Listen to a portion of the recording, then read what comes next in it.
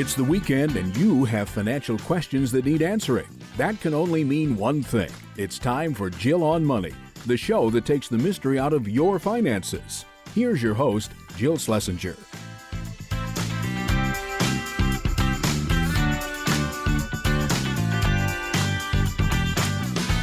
Welcome to the Jill on Money Show. It is hopefully a beautiful early October weekend for you wherever you are. We are here trying to take the mystery out of your financial life, and we do that by encouraging you to contact us. How do you do that? Well, number one, go to the JillOnMoney.com website. While you're there, bookmark it because you'll be coming back. Next, top right corner, there is a Contact Us button. You click that button, you write down your question. If you're not going to be coming on the air, if you're kind of shy, give us a lot of detail. But if you would like to join us on the air, just check the box that says, I want to come on the air with you. And Mark does everything else because Mark is the best executive producer in the world. He is also a certified financial planner, and so am I. And that means that when we do talk to you, whether it is responding to an email or whether we have you on the program live, we are going to ask you a lot of nosy questions because unless we ask those questions, we can't get to the root issue that you are seeking to address.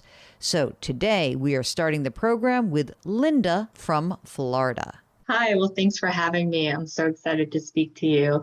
I do have some questions just related to making sure we're on track for retirement and seeing if we are actually too late to start Roth accounts. Honey, it is never too late. I'm going to tell you that right now. Really isn't, unless you have no earned income, and then it is too late. But you already sound young. So let's start with a couple of questions. First of all, how old are you? 50. Definitely not too late. Okay, so Lindy's 50 and your husband is how old? Also 50. And are you both working out of the home? It's so funny. Now I can say, are you both working? Because everyone's working in home and out of the home. So are you both working right now? Yes, we both work full time. How much do you guys earn? Combined, right about 200, about 225 with bonuses. Great. Congratulations. That's excellent. Are you both using retirement plans through work? Yes, we both contribute 20% to each of our 401ks. Traditional or Roth? Traditional. Tell us the value of those 401ks right now. Well, since we just started new positions in new companies, we're just starting to build that up. So just a few thousand in each of those. Okay. But our previous 401k rollovers from other companies has combined about 545. Wow. And are you rolled those over into IRA rollover accounts? Are you managing those accounts yourselves? Yes. Okay. Where are they held? With Fidelity. That's good. What about non-retirement accounts? Anything else that's floating around? Yeah, we also have a taxable brokerage with Fidelity, which has about 370 in it. And that's mostly invested in ETFs and some cash. Also have some company stock worth about 25,000 and a cash emergency account, which has about 8,000 in it. We're just building that up as well. Okay. And the last thing we have would be a 529 plan, which has about 35,000 in it. How old are the kids? One that's 14. Is there another? No, just one. I know that there is this Florida plan where it's like a prepaid plan if you go to school in Florida. Are you involved in that at all? Not the prepaid plan, but there is a really interesting scholarship opportunity if the child maintains good grades. It's funded through the lottery, and the only requirement is good grades and community service hours, and it pays for 100% of tuition and books if the child stays in state. That is amazing. So now the pressure's on. How good a student is the 14-year-old? Straight A's since kindergarten. Do you get A's in kindergarten? Come on. You know what? Okay, straight A's since first grade. Okay, right. And what is the thing that you're doing? Like, did very well during rest hour. Very well. Okay. You don't count on that, but you think it's possible, right? Yes. Well, I'm counting on it. Okay, because I just want to make sure, because obviously having 35 grand if you're 14, the kid's 14 is not enough. But if everything's canceled, if everything is covered between tuition and books, then, obviously, even if the kid goes away to a different part of the state and you got some money to just pay for living expenses, that's pretty darn good. So you live in a home, yes? Yes. What's it worth? About 600. Wow. Mortgage? 360 at 3.125%. Not moving, right? Well, that's Uh-oh, here we go. Here we go, Mark. Life was looking so good for us. I thought, oh, yeah, no problem. Now what? What are you doing to me, girl? well, so it's really hard to live in Florida without a pool. It And is. I really feel like we need one. Okay. Can we build one? Well, no, we don't have room. We'd like to look at buying one. And I don't know if it makes sense to try to pay cash because of the high interest rates right now, but then that would deplete our liquid funds. Can I go back to the first part? The first part of this call was so much better. I hate this part. So let me just deal with the first part. Linda, you are on track. Things look great. Your retirement looks great. It sounds really good. It seems like you're saving a lot of money. And your expenses, what do you think your expenses are right now about? Between 5 and 6,000 a month, all in. That's great. So yeah, you're kicking ass. No problem. Everything is good. How much longer do you think you want to work? Well, I would only like to work about 5 more years. My husband is fine to work for at least 10 to 15. If you look at your Social Security at your full retirement age, so, you work for 5 or 6 or 7 years, and then you got 10 years before you get your money. How much is the Social Security benefit estimate for you guys? Well, for me at 62 is about 1827. Yeah, I don't like that one. Right. Go to full retirement age. What's that? So 70 would be 3394. What about at 67 or 66 change? What's that number? 2700. Okay. And what about your husband? He would keep working potentially?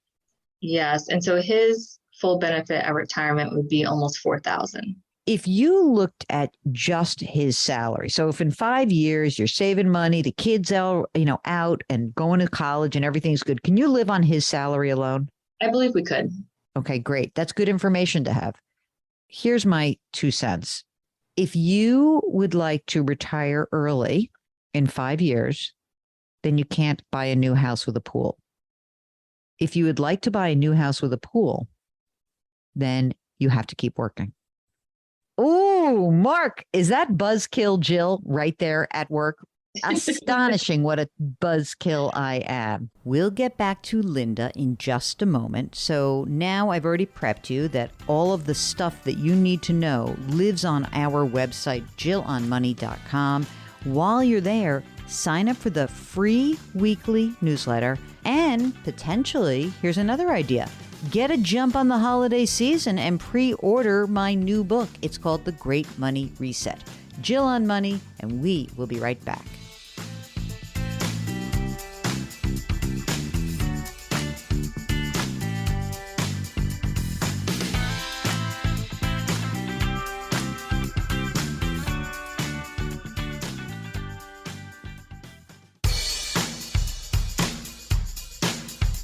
Do I invest here? Should I put my money there? Jill Schlesinger can help you. Back to Jill on Money.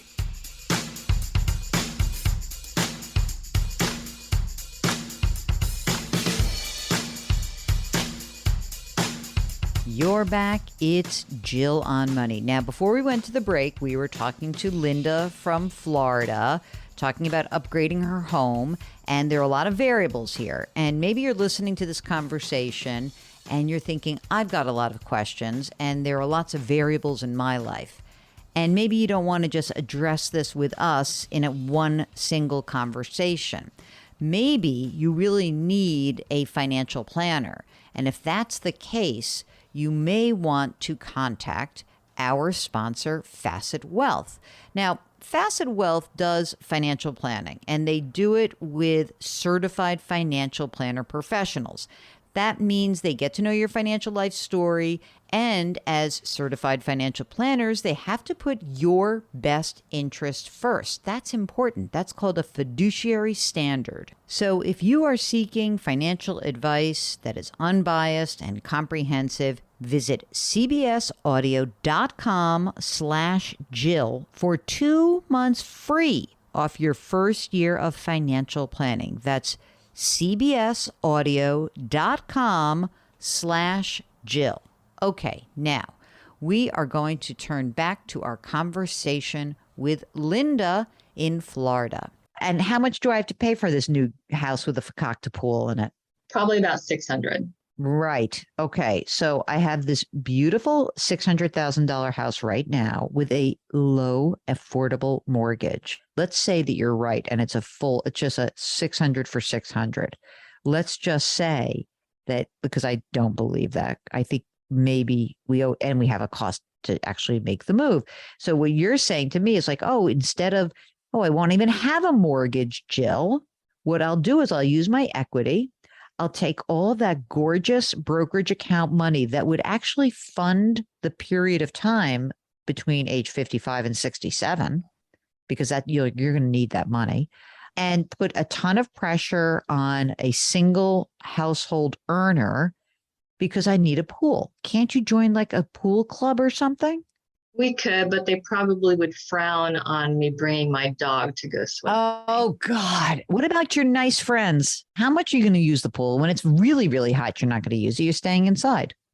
No, I like to be outside. I would use it for sure. And my dog loves to swim. Okay. Are you now telling me it does not matter what I say? You're doing this and I have to just figure out how? No, I guess I would be curious, how much longer would I need to work? You want to buy a house that's like your forever house, right? Correct. If you were to buy this house, then I think that what you have to do is think about taking a risk. And the risk is not one of my favorite things, but I'm going to put it out there for you. So you want to buy the house and you're like, okay, I'll keep working, Jill. I'll suck it up. You don't have to work as hard because your expenses are not going to go up by that much. But what I think you would want to do is you'd want to price the house, and all of a sudden, Mark, she's going to come back and say, I told you 600. It was really 800. But okay, let's say it's 6. You need to look at adjustable rate mortgage options that are going to keep that mortgage interest rate down, with the idea that you have to really keep an eye on it so that you can refinance within whatever the adjustment period is. It might be 7 years or 10 years, but I do think you'll get another shot at refinancing the mortgage within that time frame. And if you don't, and interest rates are really going up, you can eventually use the brokerage account to pay the debt off when we have to. It's going to be a big jump up in expenses for you guys to go from a 3%, you said 3.125. When did you get that mortgage? Last year. Yeah. it's going to be a big change for you in your total expenses to have a 6% note now. So I think that we should price it out and we should look at it. And I think that there's the possibility that you can do this and you can get your pool. You're going to end up eating into the brokerage account anyway, because it costs money to move. And no one moves. Even if you move into a brand new house, you're going to do stuff. So you're going to spend some of that brokerage account money. And how about this? I would say that we could you were planning to work on 50 at 55 anyway. I think you should plan on 60, and we can reevaluate if you're kicking ass and things are great. Because if your full-time income between the two of you goes from, say, 200, and then you say, well, wait a minute, it's 3 or 4 or 5 years from now, we're making 300, maybe the age of retirement comes closer. But I think we should plan on at least 60, just for the heck of it. And then you get your pool with your dog, and you can stop cursing me because I hear you right now. That sounds good. I think I could compromise. You think so? Maybe. Oh, my God. Mark, what do you think is going to happen when we get off the line? Well, she's got to weigh the priorities. Does she want to potentially retire early, or does she want a pool? that is like a no-brainer to me. Like I would think about retiring early and no pool, but that's me. And I don't live in Florida. Okay. So I'm going to go for this. I am going to say that in fact, you're in a position to make both of these things happen. It's just not going to be the exact time horizon that you seek. And if you can be okay with that, then great. Then you're good. And you would move in your general area because you still have a kid. You have to move in the same school system, right? Right. Yeah, And what if though, I'm just throwing this out there, what if I just went to part-time and didn't retire? I mean, I think that could work. I think it could work. I think that we have to see what you're really getting into when you get the new house. Because as I said, I don't exactly trust that you are going to find yourself an exact 600 for 600 swap. So I think you should look. I think you should be very clear-eyed about it. I think that you should look at mortgage rates and see what your nut is going to be, and then get back in touch with us and say, here's what we ended up doing. We spent 700. We got this kind of mortgage. It's this affordable. Now, what do you think if I'm willing to go, part-time? Then great. Then that's fine. But we got to get our arms around the actual numbers and what it's going to cost you to make this trade. Yeah. And I think you can do it. I really do. I just think we have to be open, and we have to be open to the possibility that in order to do this is kind of like a classic question. In order to live a somewhat bigger life right now, what am I willing to do? Am I willing to delay my retirement? Am I willing to save a ton more? Like a lot of people will say, like, well, in order to have flexibility in the future, I'll save a lot of money today. You're the opposite, which is in order to give up some of my future flexibility, I really want to live the way I want to live today. And that's fine. It's a fine choice. And there's no judgment here, except there's no way I would do that because I don't love pools so much. But you're you. And there are probably many things that I do in my life, and you'd be like, ugh, that's a stupid thing to do. Okay. We all make these choices. If we knew that you could get a part-time gig and you could make, instead of, I don't know what you make right now, let's say you make 120 and you're like, I could make 75. Maybe it works. Maybe it does, but we're going to have to wait and see because in 5 years, we might be in a different labor market. I don't know what's going to happen. I will be very much of a cheerleader if you find me that $600,000 house with a pool, and let's get you a good mortgage rate. Sounds good. Linda, is there anything else that we can do for you today? No, I think that's it. Obviously the first question and the main one was if we should start doing Roths. So I will get right on that. So we can start building up that after tax money. Do you have a Roth option through work or not? I do. I'm not sure about my husband. That's all right. Then you do it and it's fine. You could split the difference. Can I ask you the annoying question that I'm going to ask? Life insurance and estate planning. What do you got? Done and done. Beautiful. All right. This woman comes prepared. Go get yourself a pool, lady. Okay. Thank you so much. It was awesome talking to you. Okay. So you're weighing it. It's a pool. It's retirement. Okay. It's not always a pool or retirement for you, but it's some choice in your life. And if you are facing those kinds of decisions, we'd love to hear from you. Just go to JillOnMoney.com and click the Contact Us button. JillOnMoney.com. Okay, we will be right back.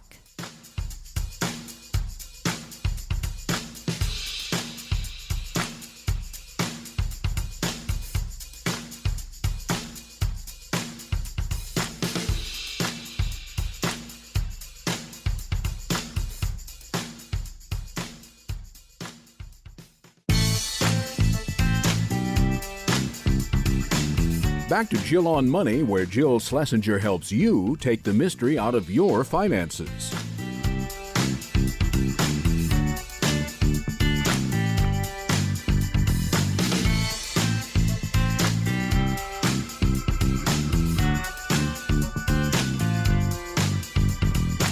You're back. It's Jill on Money, the program that attempts to take the mystery out of your financial life, or maybe just helps you make better financial decisions. If you've got a question, just go to JillOnMoney.com and click the Contact Us button. We are now going to Leah from Texas. This is like the real estate hour, so let's get to it. My husband and I always thought about buying property when we retired in Austin. And as we started looking, it just isn't feasible, we don't think, number one. And number two, we decided to find something closer since we're not ready to retire. So we bought a second property about an hour away. Okay, so cool. So tell us about yourselves. I'm 53. My husband's 52.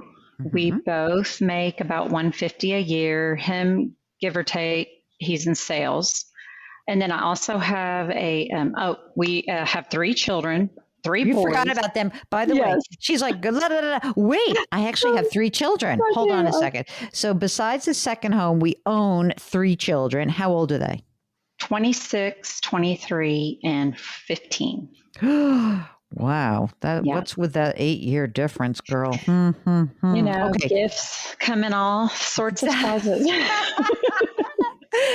Are the 26 and the 23-year-old launched? They are fully launched. Great. That's great. So 15-year-old is what, a freshman or sophomore in high school? He's going to be a sophomore now. 3 years left of high school. Okay. Do you guys have some money saved for college for him?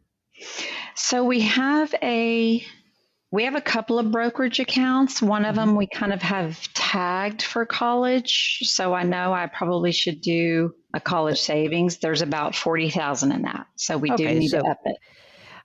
Is he going to be the kind of kid who goes to in-state school? I mean, you've got a nice system there in Texas. His dream is LSU, but we'll see. But otherwise, we're voting in-state. So $40,000 is not going to be enough to go to either LSU or in-state. How much do you need to have socked away if he goes in the University of Texas system, do you think? Probably 80 to 100.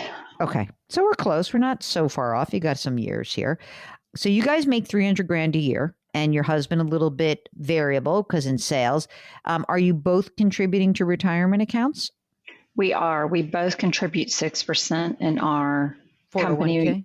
Yes, sorry. And our company does another 4%, so 10%. But you don't work at the same place? No. Wait, you mean you both have that same exact thing? You both have? That's so weird. Okay. It is weird. How much money is in your 401k right now? We both also just changed jobs, so very small. Mine has about 6 in it and his has about 20. All right. Where's the rest of that retirement money? Tell me about that. So we have 2 rollover IRAs combined at 663. Okay, great. We also have a brokerage that has about so you had the one brokerage that was the college, it's quote unquote college money. And then what else? What other brokerage? We have about close to 250 in another brokerage. Okay. How about money in the bank? So we also have a Roth IRA of 11,000. We have an HSA of 32,000, which I've already maxed out for the year. We have some I bonds worth 40K. And then because I'm a spreadsheet person, I have an emergency fund with about 30K just for our normal living. And then when we bought this property, I put aside another 85K just to have for taxes. And that's great. How much did you buy the second home for? The second home we purchased for 1.4.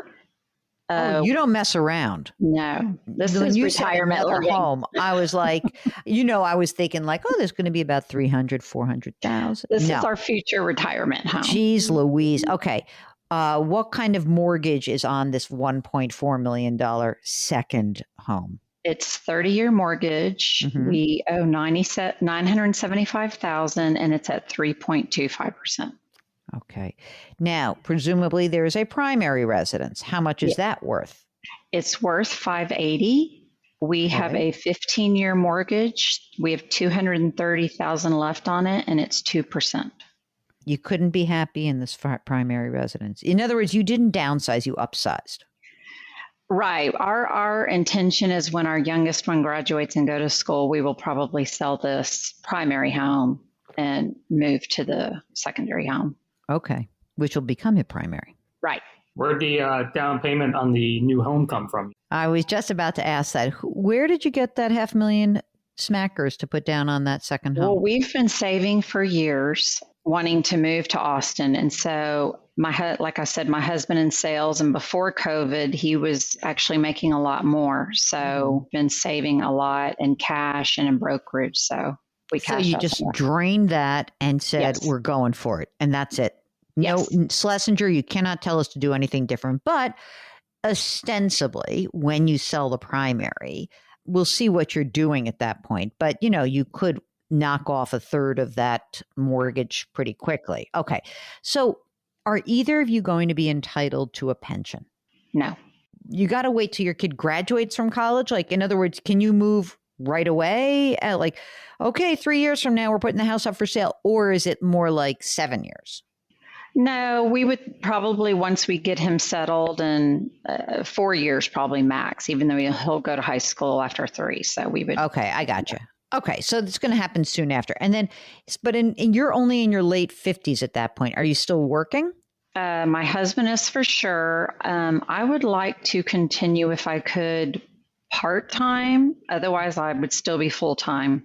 Okay, like you're willing to bite the bullet, basically. I am. Okay. And also, I wanted to let you know that I have an annuity of $30K every year that's tax-free for life. Why? Did you have some sort of horrible accident? Yeah.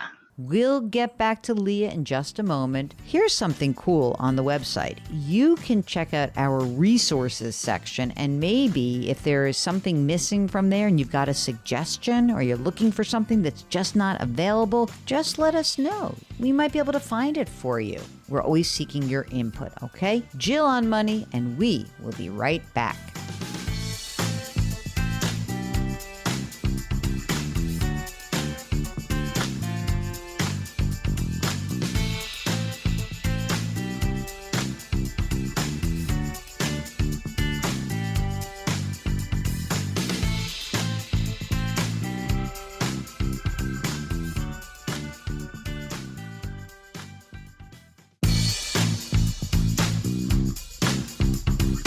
Welcome back to Jill on Money, where Jill Schlesinger takes the mystery out of your finances.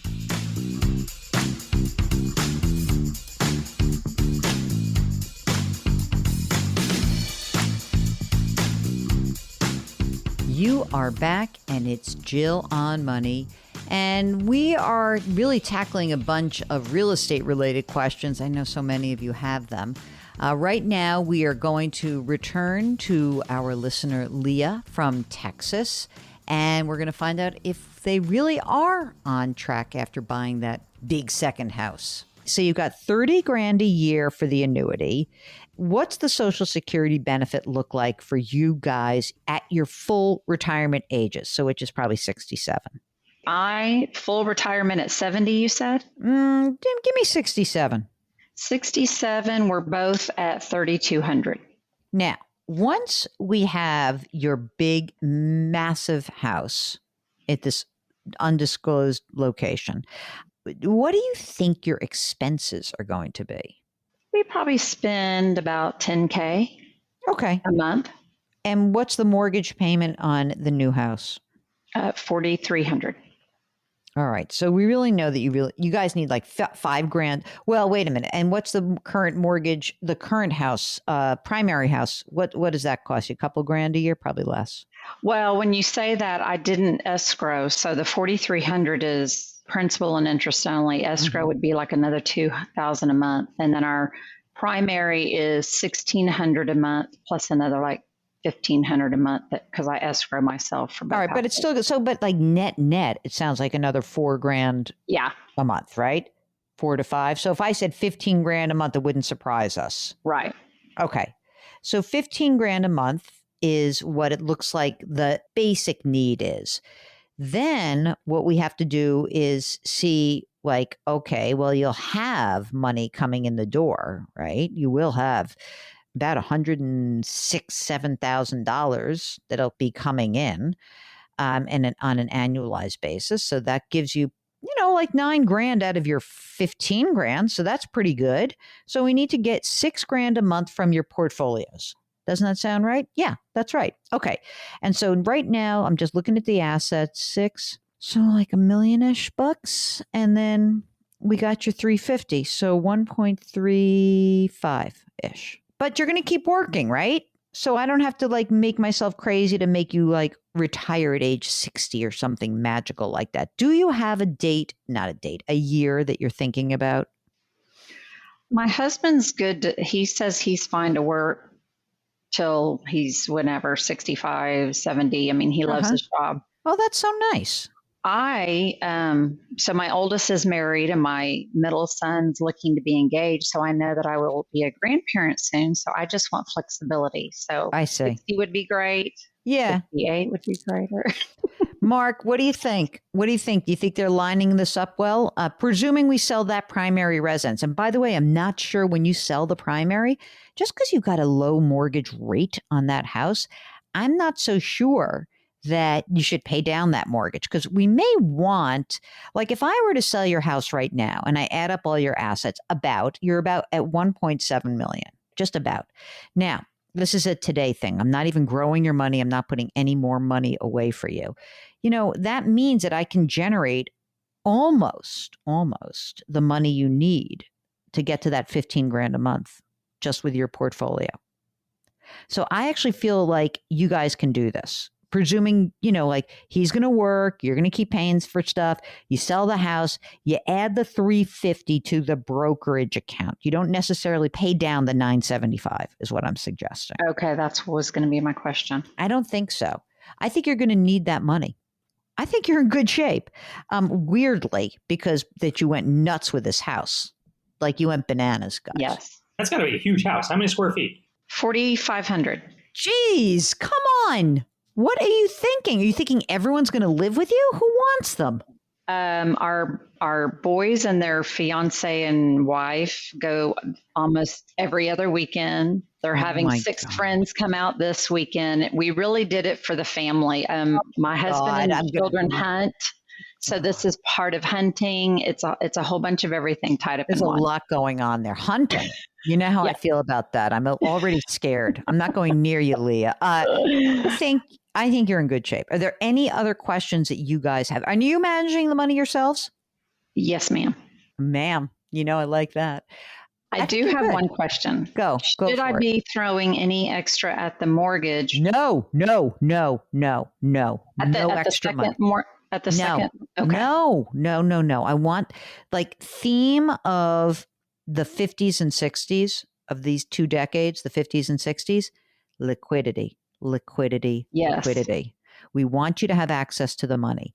And that's why and by the way, it would be one thing if you bought the house and your interest rate was 7% on your mortgage, but you have 2 incredibly affordable mortgages. Here's what I predict, Mark. In 3 or 4 years, I get Leah comes back on the air and she's like, I really want to give our primary residence to one of our daughters or sons who's married.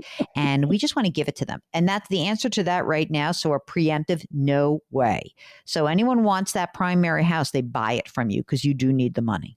Got it. I need that money.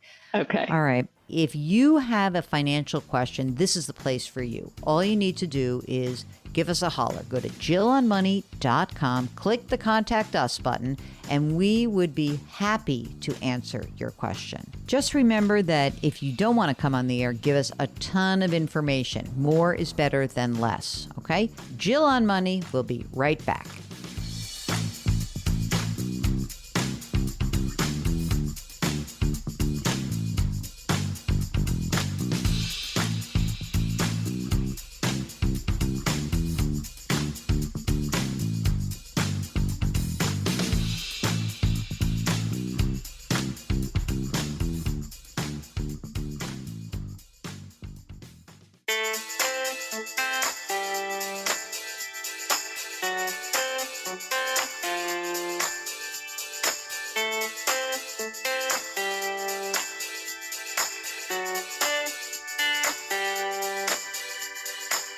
You're back. It's Jill on Money, and we are going to squeeze in an email before the end of the hour. This is from Judy, who says that she and her husband purchased life insurance as newlyweds.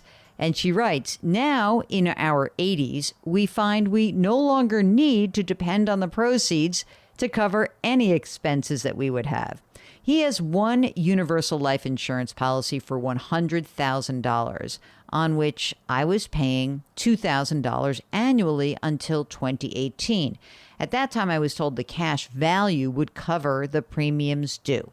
Now, he has two other policies, one of which I still pay $238 for twice a year for $25,000 worth of insurance. It has a cash value of over $8,700. The other policy was $10,000. Now it's $6,900, and it's got a total cash value of $27,000. Would it be wise to cash in these policies, and would the cash be subject to taxes? Here's the problem. Yes, there is going to be some sort of tax due, probably, just because you've owned these policies for so long. And at this point, that tax might be somewhat significant. I don't know what your tax bracket is, but remember, the money you put in, the premiums paid, that's considered your cost basis. Everything else above and beyond that would be taxable. So if you're really wondering what to do with these policies, what I might suggest is contacting the insurance company and ask them for what's called a policy audit. And with that, you can find out what your tax liability would be if you cashed it in. And you could also find out whether you can just simply stop paying for the premiums and have those premiums pay for the policy for the rest of your lives. I know it's sort of strange. I very rarely think you should keep insurance, but maybe if you're in a low tax bracket, cashing that policy in isn't the worst thing in the world either. So let's get that information and we can make a better judgment. Okay, it's Jill on Money, and we'll be back with one more hour of great programming.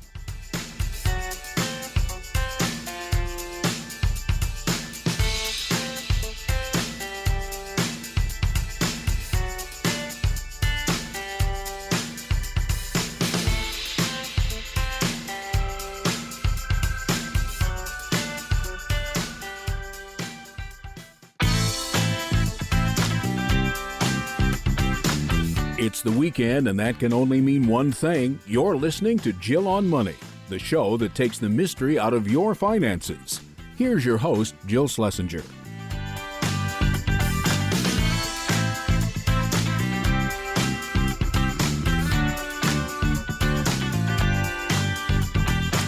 You're back. It is hour number 2 of the Jill on Money show. And we're having so much fun. Don't you want to join in the fun? Now, of course, you can just keep listening to the program because that's a very easy way to participate. And if you miss any part of this program and you're like, oh no, I had to leave after the first hour, or I had to jump out of the car to run an errand, that's okay. Because if you'd like, all you need to do is go to our website, jillonmoney.com. And there, after the weekend is up, we usually post the radio show. You just go to the website, jillonmoney.com, and there's a tab on top. It says radio. And when you click on that, you get a link to the radio show. So you don't have to freak out or sit in your driveway. So, I want to help you out as much as we can. Also on the website, so much fun stuff. We have links to our 2 other programs called Jill on Money Podcast and the Eye on Money Podcast. If you are not familiar with podcasts, let me explain how they work. It is radio on demand. You just get to listen to a program when you want it through a device. It's very easy to use. If you've been reluctant to do so, we have links on the site that will help you out. So easy, truly, very easy to do. Okay, a few other things about the website. Number 1, you can sign up for our free weekly newsletter. Every Friday, Mark puts it together. I feel like it's a very good warm-up for this program. So you can check that out. It is very easy to do. Free every Friday, little compendium of great financial stories of the week. And yes, also on the website, you can pre-order my new book. It's coming out in January. It's getting close now. It's called The Great Money Reset. Change your work, change your wealth, change your life. So all of that is on the jillonmoney.com website. Okay, let's talk to, who are we talking to? JP from Milwaukee, who's wondering, when is enough enough? Hi, you two. I'm so glad to talk to you. What's going on? How can we help you out? Well, my topic that I called in or wrote into you with is 1 million enough? And can I tell you a short story of how I came up with that question? Sure. I heard it was either on the television or radio. Two wealthy people were at a party, and they were talking about a third person that was not with them, saying to each other, "My God, we're successful, but we'll never be as rich as he is." And one of the other fellows said to this guy, "Oh, but I'll have something he'll never have." And the guy said, "What's that?" "Enough." Mm. So it's that striving for greater and greater wealth. And I think we have enough. I'd like this conversation to convince my wife that we have enough. Okay. It's so funny because when we talk about what is enough, often I'm left with this feeling like, well, the number, it's not the number. It's, what does everything else look like? Yeah. How are you living your life? And we can determine whether what you've accumulated up to this point is enough for you and your family, predicated on all the other things going on in your life.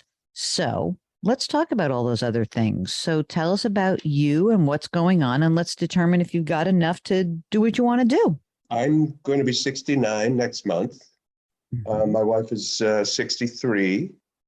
We both were and are theater artists in the live theater. Really? And made our careers doing that our entire life.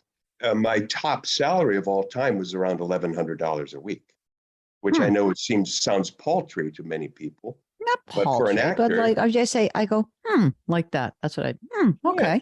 Yeah, that's a top salary in the regional theater. Together, we've managed to save and be prudent, and we've bought a couple of houses, and we've done well. Anyway. Okay, wait. I want to know a couple of things. So you were working actors, you supported yourselves, you've accumulated a bunch of money. So right now, are you both retired? Are you both working? What's the status at this moment? Well, I would call myself semi-retired, but my wife is still in the thick of it. She's got a bunch of jobs lined up for the coming year. And so for this year, for 2022, how much money will you have made together, gross? Oh, geez, I didn't know you'd ask that question. I was looking ahead to next year. All right, let's go to next year. Shockingly to me, with my Social Security and pension of $50K, my wife predicts she's going to make $40K, which is less than she could have made because she turned down some better paying jobs because they didn't suit her. Plus, we own a duplex and our rental income. Wait, do that separately. So Social Security pension is 50 and her work income is 40, right? 40, yeah. Okay. Can you guys live on 90? Yes, we Look at can. him. He's excited. Yes, we can. We could live on my 50 alone if we had to. Okay, let's not say you had to, though. How much longer do you think your wife's going to work? At least until retirement age, which will be 66 or 67, probably. So basically, for 3-4 more years, you guys are going to have surplus. You are with your Social Security and pension and her work. Even if she worked scaled back a little bit, you're still going to be net savers, right? I think so. Yeah. That's great. What do you estimate your need is in general? Like, not if you had to, like, what do you think you really would like to live on in the future? So if we wind the clock forward, it's 3-4 years from now. She's 66, 67, and you're in your early 70s. What would you like to be living on, either monthly or annually? I think it mainly depends on whether we actually do squeeze in the travel that I'd like to do. Let's say yes. If yes, then maybe 70, I think that would cover us. Okay, so 70 grand a year net to you guys, not gross, net. And what will her Social Security benefit be? What's your Social Security benefit? $1,350. Okay, got it. So let's now talk about where you live, your primary residence. What's that worth? It's worth about 400 in this crazy market. We have about 150,000 outstanding. What's the interest rate? 3.325. And the duplex. Now let's talk about that. How much is that worth? That is our home. Okay, so you rent out part of it. Okay, and what is the rental income? They pay $9.45 a month, which is the kind of the friends and family rate. And that's so gonna. it's, You think that's gonna stay that way? well, actually, this is one of the little crook in the procedure here. We live in the nice apartment. We've renovated the attic and we live on the second and third floor. Mm-hmm. We have 3 bedrooms, 2 baths. They're downstairs with 2 bedrooms, 1 bath. As we age, we've been thinking about moving downstairs so we don't have to do the stairs. And then we could charge close to $2,000 a month in rent. Okay. For now, I got the 945 with a potential for more. Like, I love that idea of kind of thinking ahead when you don't have to do the stairs, which is good. We'll get back to JP in just a moment. You're listening to Jill on Money, the program that attempts to answer the question when enough is enough. We'll be right back.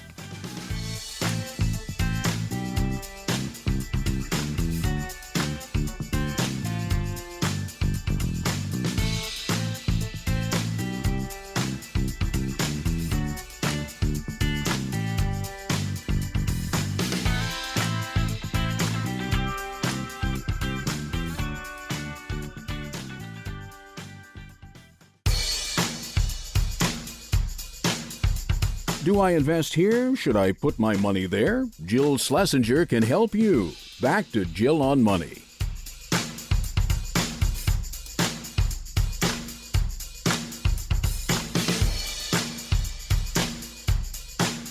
You're back. It's Jill on Money.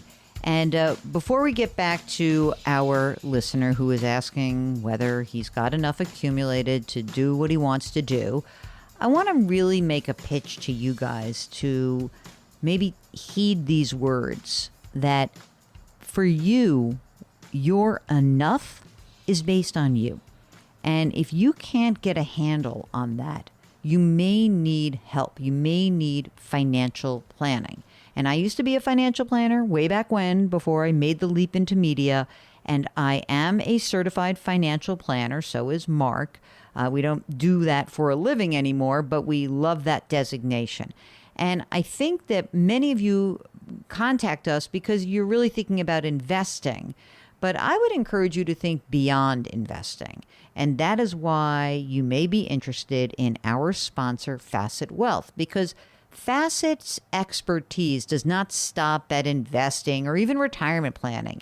They are trying to guide you through major life decisions.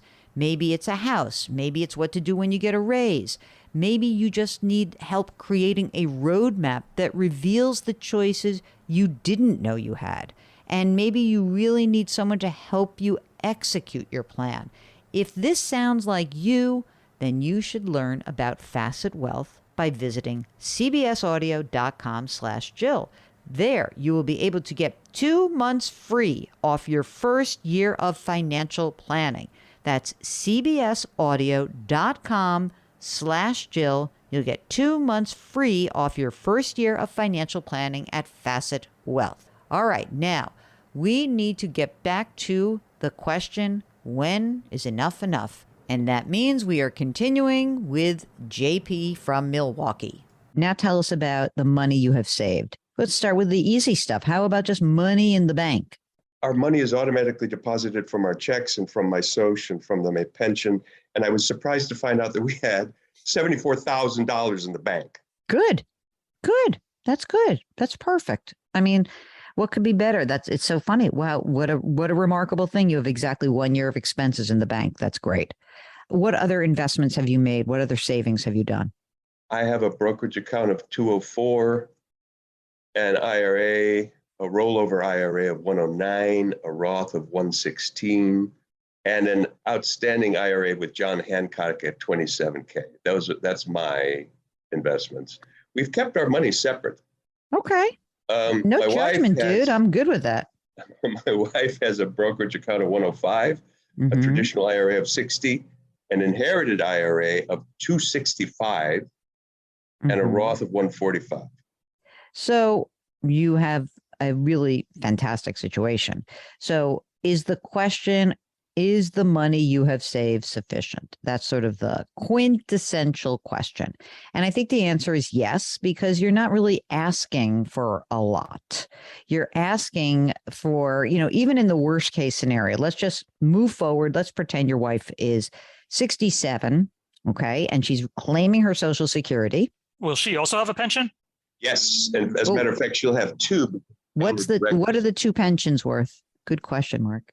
Probably, well, SDC's, her director's pension will be small because she's only been doing that for about 10 years. Actor's pension could be about the same as mine. So combined, it would be about the same as mine.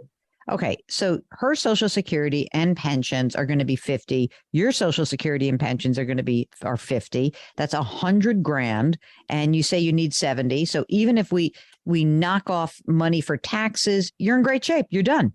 You're all set. You have no problems. What is she worried about? Yeah, I mean, I don't know I don't know. Maybe you didn't basically drive the conversation to here's the income we're going to have. And so we don't have to worry. Maybe she just doesn't want to stop working. I hadn't tried to encourage her to stop working. But do you think she's just nervous? I think she's a little bit of a worrywart, and she's not interested in finances, so she doesn't really know about this stuff at all.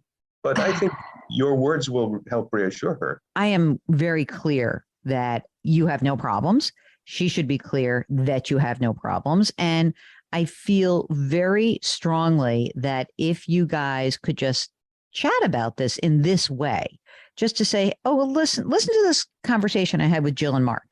And you hear us say things like, oh, my God, you're in great shape. Like, she just needs to hear that. Yeah. And I feel very comfortable. I don't know, there's nothing in this plan that makes me nervous. Mark, what about you? No, I mean, they got the two pensions. Their cost of living is not very high. I'm not even really thinking about basically the $1 million in investments that they have. They're golden. Golden. So, okay. So wait a second. Let's just say that again. What's your wife's favorite character that she plays? Well, she just finished playing Prospero in The Tempest, and that might be the one. Prospero, I want you to listen up. It is a perfect thing that you are called Prospero because you are going to be prosperous.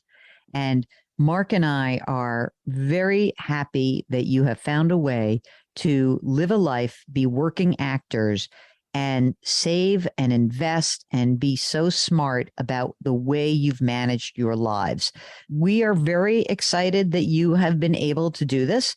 You can keep working as long as you'd like, but you should also know that you are in great shape. Thank you so much. That's exactly what I wanted to hear, and it will be music to her ears. Fantastic. Another happy engagement with the Jill on Money show.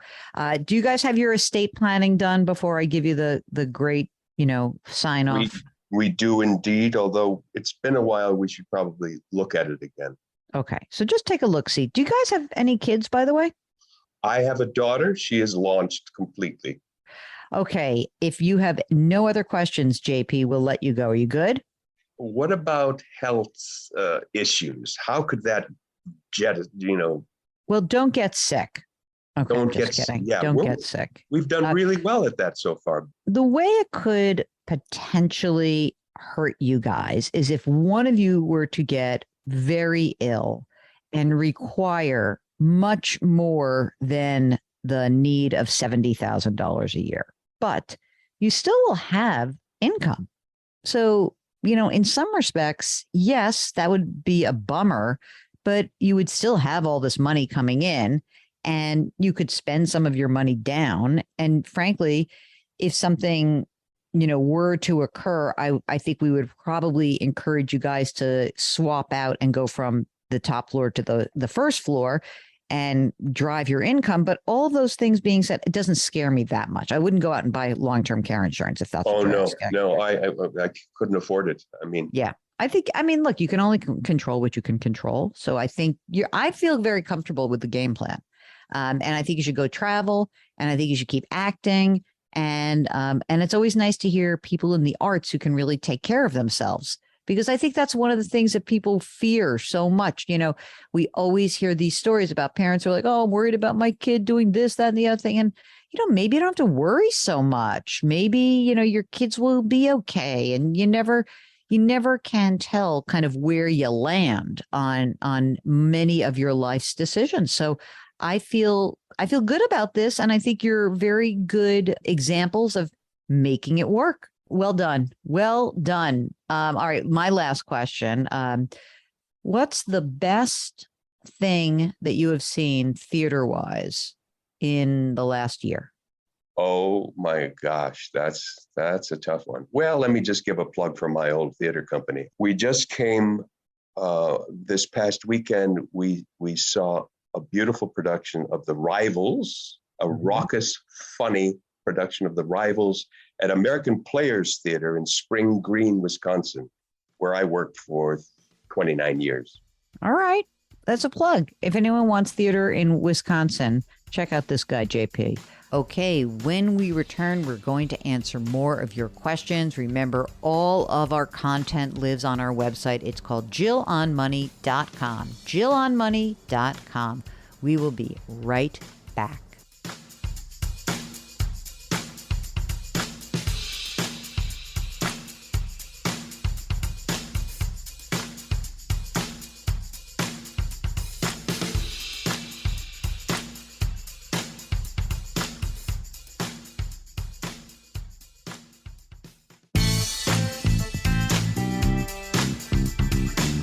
Back to Jill on Money, where Jill Schlesinger helps you take the mystery out of your finances.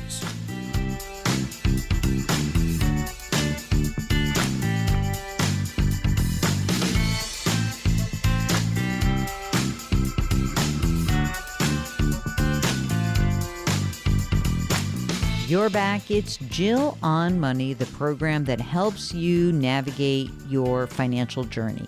I mean, at least in the short term.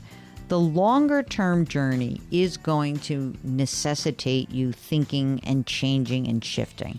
And I think this is an important concept because as markets gyrate, and they always do, one thing that we have to be clear about is that you don't alter the game plan because the markets are gyrating. Why do you change your financial game plan? Because something in your life changes. Maybe you've got a new job. Maybe there's the birth of a child. Maybe you're marrying your loved one. Maybe you've lost somebody. All of these are maybe the triggers to looking at that financial plan, which, by the way, you should review every year or so anyway. But if you need help and you don't even know where to start, why don't you get in touch with us? Just go to JillOnMoney.com and click the Contact Us button. If you want to come on the air, there'll be a little box at the bottom of the form. If you don't want to come on the air, leave it blank and just give us a lot of information. That way we can try to walk you through what your options are. Right now, we are going to talk to Roger, who's on the line with us from New Jersey. Hello, Roger. How can we help you out today? I'm looking at retiring. I'm 59 and I've done gap analysis couple of different places, and the gap analysis says I can retire with what I've saved in my 401k. My wife and I both work. She has a pension, but she's younger than I am, so she won't be. So that was smart. So a younger wife. Yeah. How old is she? 55. Well, she's not young enough to really make a big difference. When is her pension? Tell me some of the details of her pension. It's through the New Jersey Board of Ed. She can start collecting in like 5 more years. So she would collect a pension at age 60 of how much? That is a good clue. I don't know, or good question. Pensions, they have a formula based off your highest 3 years, but we don't know how much that is. Like, how much does she earn right now? About $102,000. And how many years will she have in the system? 25 years. I'm going to make it up. All right. I'm going to say it's 60 grand. How much do you earn, Roger? About 90,000. Will you be entitled to a pension? No, mine's strictly a 401k. How much money is in your 401k right now? 1.76 million. Is it pre-tax or is it post-tax, this 401k? Pre-tax. Yeah, okay. Does your wife also contribute to a retirement account in addition to the whole pension? Does she have either a 403B or some other savings plan, a 457 plan? A 403B, which we just started late. We didn't realize the information we had early on wasn't clear. They didn't, clarify. So we just started a 403B like 2 years ago. There's minimal of about 5,000 in there. Okay. She also has a rollover IRA that's about 16,000. And do you have money outside of retirement that's invested? I have some stocks that I've been trading. We also took some money out. My daughter got married, so we took some money out to pay for the wedding. How much money is left in the stock account right now? About 66,000. How about money that's like emergency reserve, cash, money markets, like non-retirement? I mean, just the like what you could get your hands on quickly right now. Bank account is about 50,000. Tell us about your house. If you go on Zillow, it's worth 500,000 for this market, and we owe 250,000. Let's talk about Social Security. Will you and your wife both be eligible for Social Security? Yes. My PIA at age 67 is about 3,000, a little over 3,000 at age 67. Okay. And what about your wife's? I think it's about the same. So it's kind of cool because probably, how much do you guys spend I presume you're both putting money away and doing all that, but what are your expenses? What do you think your need is for retirement? It's about 10,000, a little over 10,000 a month. So presumably when you're 72 and 73 and she's 67 and you're both collecting $3,000 a month for your Social Security plus her pension, which is probably going to be another $5,000 a month, we're pretty darn close. Like that's when life is good for you guys, when you're both collecting Social Security and she's collecting her pension, right? Right. So what's the game plan if you were to retire? Like, and are we talking like when for you? You're 59, you're young. So when do you think you'd like to retire? When I turn 59 and a half. Oh, geez. Okay. I got 6 months to go. All right. So what is our game plan to get you through the next bunch of years? So you said your wife is 55 now. Is that right? Correct. Okay. So she's 55. So she's going to work for if you retired right now, right? Could you guys, and let's say she stopped putting money into retirement, could you guys live on her 102-ish, or you'd have to spend some of the cash? No. Yeah. We talked to a financial advisor yesterday, and he's like, "Wow, you're good. You're like 104% ready. So we're way above the curve." Right. And I'm like, well, no, I need to pay my bills. Mm-hmm. She doesn't have enough coming in to pay the 10,000. And so, what was your game plan to do that? Sell your stocks out and in the non-qualified account and use that for a year, and then what? Well, that's why we're talking to you, Joe, and financial advisors, and we don't know. What I guess that you are looking at, and I'm thinking that when you said you looked at modeling, is that you're looking at if I pulled $4,000 a month out of my 401k, I would pay tax on that, and then that would float a lot of the money that I need. So that money would be available to help finance my share of the expenses. I am not clear that this works so great as everyone else seems to be. We'll get back to Roger in just a moment. We get so many retirement questions, but there's so many other financial issues that you must be facing. We're about to embark on benefits season. So get that book that has been sent to you either electronically or physically, and let's make some smart decisions so you can take advantage of those workplace benefits. It's Jill on Money. We'll be right back.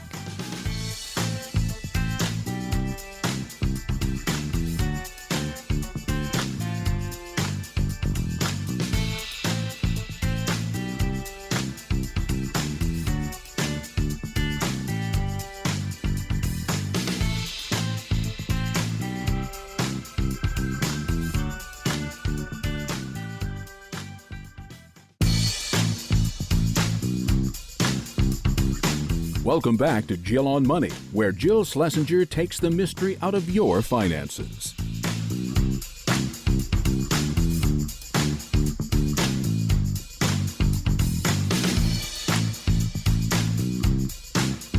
you're back. It's Jill on Money. I didn't forget about you, and you didn't forget about me, so thank you so much. We really do appreciate you tuning in every single weekend. We're very grateful for that. If you have a financial question, just go to our website, jillonmoney.com, and click the Contact Us button. If you'd like a little bit more of Jill and maybe even want to hear Mark's voice a little bit, how about subscribing to our podcasts? There's Jill on Money, which is dropped every single day of the week, including the weekends. And there is the Eye on Money podcast, which we drop on Tuesdays and Thursdays. You can get those on Apple, Google, Spotify, Odyssey, wherever you find your favorite podcasts. Okay, so now what we need to do is get back to our listener, Roger from New Jersey.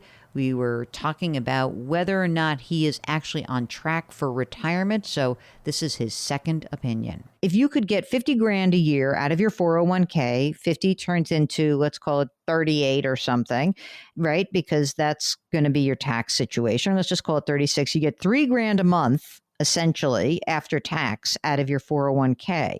You know, that doesn't exactly give you what you need, but it's close-ish, and maybe you sell the stock account out. But, you know, I still have a gap between today and when you can collect Social Security. And that's what I'm trying to fill. Yeah, exactly. And do I hate my job? Yeah, I do. I stopped traveling because I hated flying. And when COVID hit, I'm like, I don't need to wear a mask on the airplane anymore, being suffocated. And I was home only for 48 hours. So I switched my jobs to be home more. And now I'm finding out I absolutely hate being at home, you know, nonstop. You never leave. So, and then my father just passed away last year at 86. And I see my mom, she's getting older. And I'm just like, well, wait a minute. I only have like 20 more years to run, you know? So I'm like, is it worth, you know, if I could retire at, why retire at 67, 65? There's a lot of people on the team they're old. They're like 67, and one person's like 70. And I'm like, and they just sound miserable. And I'm like, I want to be doing this job when I'm 70. So, all right, let me ask you another question. Forget about that job. Could you do like something to make a few shekels every month? Oh yeah. No, you know, we talked about part-time. Yeah, that's what I'm thinking. Like, could you go and do, I don't know what you like to do, but if you could essentially, like, you quit when you're 59 and a half, right? She stops putting money into her 403b, just stops. Forget it. You're done. You got to like stockpile some money, right? You are going to now start pulling money out of your 401k, and you're going to take 3% in a given year, let's call it, out. You're going to pay the tax that's due. And then to fund the difference, you're going to get some job that's kind of like fun and silly and stress-free, and, you know, whatever you're going to make, 2 or 3 grand a month, if that, okay? Then it works. And the less money that you tap out of the 401k, the better. It is true that, you know, people die when they're 75 and it sucks. But statistically, you live until you're 90, man, or maybe 95. And that's a long time to have money last. Again, do I think you could totally do this? You probably could. You want to make yourself feel better? Because I hear you know, there's no reason you're coming to us and asking our opinion if you felt 100% sure about the numbers. So if you're looking for maybe the middle scenario, is do a little part-time work, figure out what it is you want to do, have some fun. You got 5 years before she's going to retire. If you can refrain from pulling money out of your retirement account, it's great. That's it. And I wouldn't go crazy. Do you have kids? Do you have grown kids? Yeah, the 2 are in the Army. 1 is married. Wow. So I have 3 kids. So, and they're okay financially, or do you think you're going to have to help them out? Oh no, yeah. My daughter's a teacher. She's doing excellent. They live in Pennsylvania, and my other 2 are getting paid by the Army. The Army pays. They're officers in the Army, so they get paid a good salary. So they're fine. This is the theme of a lot of conversations we've had in 2022, which is there are a lot of people who walked into the beginning of this year saying, I have a lot of money. Stock market and the economy start to shake a little bit, and it starts to shake your own foundation. And it allows us to have these conversations. If things come roaring back and life is good and you feel much more confident, that's perfect. That's fine. But what I do want to be clear about is you're close enough that there was something inside you that wanted to actually talk it through. And when you're investing in either a financial planner or a retirement planning firm, I want to know what you're going to get for your money. You are very good feel for these numbers. It does not seem like you are fooling yourself. Do you like to manage your own money? Oh yeah. I mean, I keep a spreadsheet, what goes in, what goes out. It significantly helps. And the financial advisor yesterday wants us to use their platform, put money over here. And I'm like, well, dividend stocks, that's no big deal. I can pick dividends. Right. That's what I'm saying. Like, I'm not sure I'd go and pay for that service, given the fact that you're sounding and you seem quite comfortable with your own ability to analyze and execute. Do you have your estate planning done? That's what we're in the process of doing now. And okay. We just finished it. We're going to drop it off today, get our will updated and our power of attorney and our living will. Perfect. If you, like Roger, need a second opinion, maybe consider me and Mark your financial doctors. We're not doctors. We just play them on the radio. All right, just kidding. We'd love to help you out. Just give us a holler. Go to JillOnMoney.com. Click the Contact Us button. We'll be right back.